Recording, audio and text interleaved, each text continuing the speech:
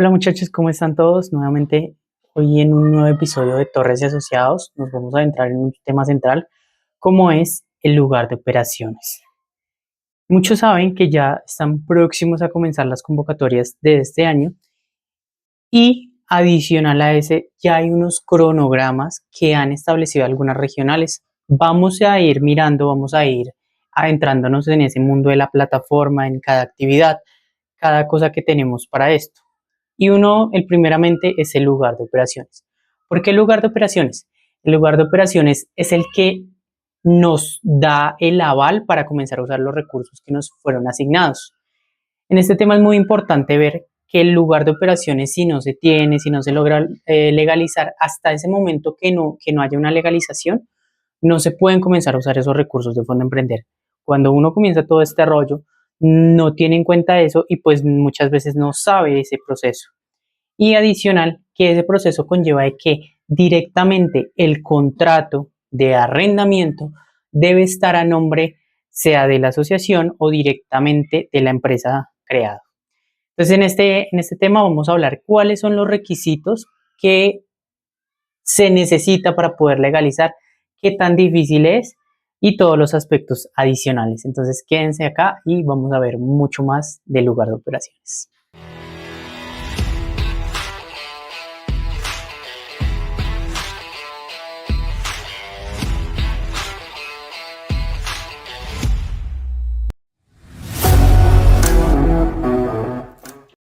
Listo. Entonces, el primer documento que vamos a ver es el certificado de libertad y tradición. Este documento es esencial, diría yo que es el primero que tenemos que solicitar. ¿Por qué? Porque hay varias formas que se genera un arrendamiento para Fondo Emprender, para poderlo legalizar y demás. ¿Cuáles son esos? Uno de ellos es hacerlo directamente con el propietario. El segundo es hacerlo por una tercerizado, es decir, alguien está administrando ese predio. Y el tercero es por inmobiliaria. El primero, cuando es propietario, se nos facilita de alguna forma porque cuando se realiza este proceso con el propietario no solicitan tantos documentos como cuando si fuera inmobiliaria o fuera por un tercero. ¿Qué se requiere? Se requiere irse a la última parte, a la última anotación que tiene el certificado de libertad y tradición y mirar quién es el dueño. Si es el mismo dueño, el mismo el que nos está arrendando, se puede generar un contrato de arrendamiento sin ningún problema desde que el inmueble no tenga embargos y demás que impidan la realización de nuestra actividad, de todo lo que hace nuestro emprendimiento. Esto es esencial. El segundo paso es tercerizado. ¿Qué quiere decir esto? Que una persona que no es el dueño es el que nos está haciendo el contrato y el que va a quedar como arrendador. Ahí en este caso tienen que tener en cuenta que sí o sí van a necesitar un poder de esa persona para poder realizar este proceso. ¿Por qué? Porque el fondo le dice, listo, usted quiere arrendar con ese predio, no hay inconveniente, pero usted tiene que mostrarme un documento legal que muestre que el propietario está usted autorizando a realizar el proceso de arrendamiento a nombre de un tercero. Eso ahí no tenemos inconvenientes. El tercer proceso, que yo diría que es el más complicado, es el tema de hacerlo por inmobiliaria. ¿Por qué se los digo? Porque la inmobiliaria muchas veces solicita estados financieros, solicita papeles legales de que la empresa o el sujeto y demás que va a tomar como arrendatario, ¿sí? En este caso tiene la solvencia y demás para poder generar el contrato de arrendamiento a nombre de esa persona. Como sabemos, todos los proyectos que nosotros como emprendedores realizamos previamente están en ceros. Entonces, muchas veces se nos complica el proceso con inmobiliaria. Es muy poco realmente de los procesos que he visto que se realicen con inmobiliaria directamente estos procesos por esa misma circunstancia. Listo. Y vamos a ver otra situación que pasa con los certificados o con cuando vamos a arrendar un predio. Y es cuando ese predio está a nombre de más de una persona. Porque, ¿qué pasa? Para poder arrendar, todos los que están dentro del certificado de tradición y libertad deben estar de acuerdo o deben estar dentro del contrato de arrendamiento. Si ese no es el caso, los demás vamos a hacer un ejemplo. Resulta y pasa que en el certificado de tradición es un local grande y demás, es de una familia y resulta son 5 dueños. Ahí en ese caso, para poder arrendarle a los 5 deberían estar en el contrato, o ya la que usan siempre es que los 4 que le van a dar un poder a la una de esas personas para poder arrendar. Es una de las formas para hacerlo. Pero ¿qué pasa? Les comento en algunos pasos qué pasa. Hay veces la gente está en otros países, no pueden realizar, o demás circunstancias que generan que no pueden dar ese aval para poder arrendar. En ese caso ya tenemos un inconveniente con Fondo Emprender porque nos va a exigir que todos los arrendatarios estén de acuerdo y haya legalmente un documento que lo respalde. Ahí en ese caso.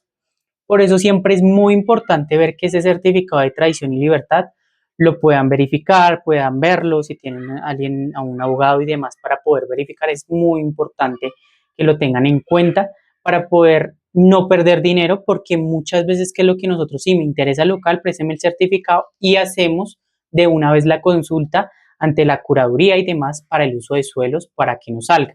Pero si en este caso desde un principio no nos va a servir o no vamos a poder tener toda la documentación de esas personas o de los que vayamos a hacer, ahí vamos a tener un inconveniente grave y al final el uso de suelos no nos van a servir y vamos a tener que buscar otro lugar de operaciones. Vamos a comenzar con otro tema que es el RUT del arrendador. Cuando hablamos del RUT del arrendador, es la persona que nos va a arrendar. Aquí tengan en cuenta que no es necesario ya la del propietario. Si se va a hacer, si un tercero es el que nos está arrendando, toda la información se va a trasladar directamente a la persona que nos va a arrendar. Entonces, aquí hay un tema. El año pasado comenzaron a solicitar que la persona que está arrendando tenga la actividad, en este caso muchas veces es la 6810, ¿sí? Que es arrendamiento de bienes inmuebles y demás.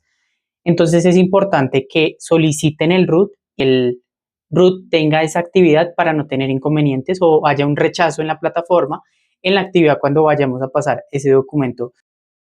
Entonces, después de que nosotros tenemos el RUT, tenemos el certificado, estamos seguros que se puede realizar, podemos trasladarnos a un documento central y es el que nos da el aval final de ese, que es el uso de suelos, certificado de uso de suelos. ¿Por qué?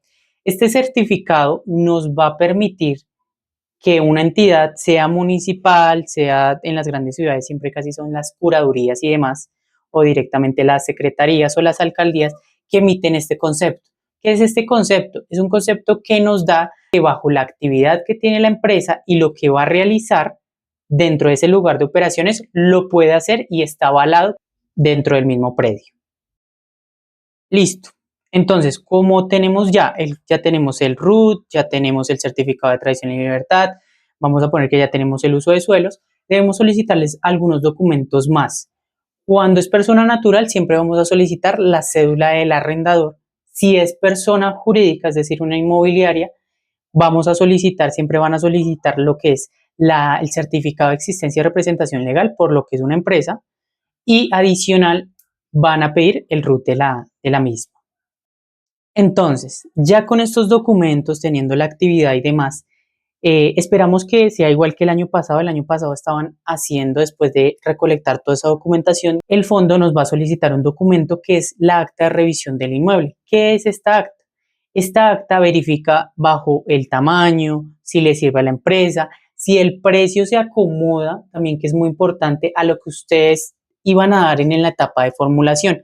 Hay muchos proyectos, pasa mucho en los proyectos que en la etapa de formulación colocan un valor menor al arrendamiento y bajo el instructivo de pagos nosotros tenemos ciertas cláusulas que si ese arrendamiento es mucho más costoso de lo que se había dado, entonces ahí vamos a tener inconvenientes.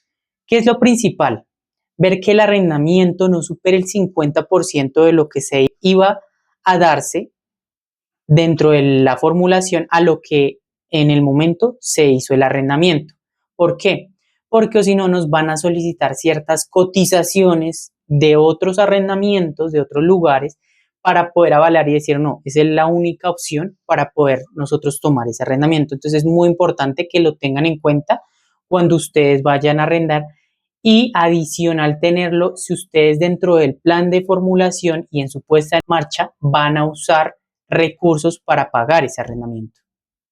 Entonces, en resumen, muchachos, Si tenemos ya toda esta documentación organizada, vamos a realizar ya el proceso de subida a la plataforma. Esto siempre se sube en el primer mes, en la primera actividad, que es el lugar de operaciones en el mes 1, para que lo tengan en cuenta. Y con esto ya terminaríamos toda la legalización. Ahí esperaríamos la aprobación por parte del interventor, él revisa y demás para podernos decir, listo, ya pueden legalizar su predio y comenzar a usar los recursos de fondo. Este es un proceso supremamente importante, dan varias sugerencias que se van mirando para que la empresa pueda usar ese lugar de operaciones. Si en cierto punto ya no es viable poder realizar el arrendamiento, la legalización en ese predio, hay que comenzar a, digámoslo así, buscar otros predios y demás que nos permitan de que el lugar de operaciones nos funcione para todo el proceso que va a ser un año.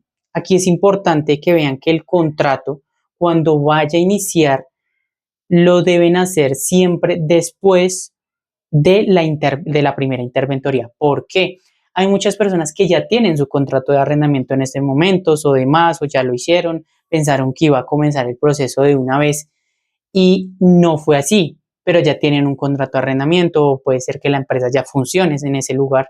Entonces lo que hay que tener en cuenta es que cuando ustedes vayan a realizar el contrato de arrendamiento para fondo, debe ir con la fecha mínimo desde el día que se hizo la primera interventoría hasta la fecha fin que va a estar consignada en la acta de primera interventoría. Más adelante les vamos a mostrar cómo es esa acta, que van a ir viendo, vamos a irnos más en las siguientes actividades como son el tema de adecuaciones, maquinarias, equipos y todos los temas que abordan el tema de Fondo Emprender. Nosotros vamos a ver mucho más de lo que es Fondo Emprender y vamos a ir mirando cómo podemos ir adelantando para esos emprendimientos que van a comenzar aproximadamente, diría yo, que entre finales de julio, agosto, y van a poder utilizar esos recursos aproximadamente desde el mes de septiembre de 2026. Estamos hablando que ya en el cronograma tenemos más de 1.300 proyectos que van a tener interventorías, entonces va a haber mucho movimiento en estos 2 meses. Si requieren ayuda, si quieren saber cómo funciona todo este tema, pueden aplicar a nuestros alistamientos, por decirlo de alguna forma. En esa les mostramos, les damos como una perspectiva de lo que puede pasar en ese proceso y que adicional de eso son completamente gratuitas. Eso es todo por hoy. Entonces, muchas gracias muchachos. Esperamos que les guste mucho ese video y les sirva muchísimo para ese proceso en el que están, para que su emprendimiento salga adelante.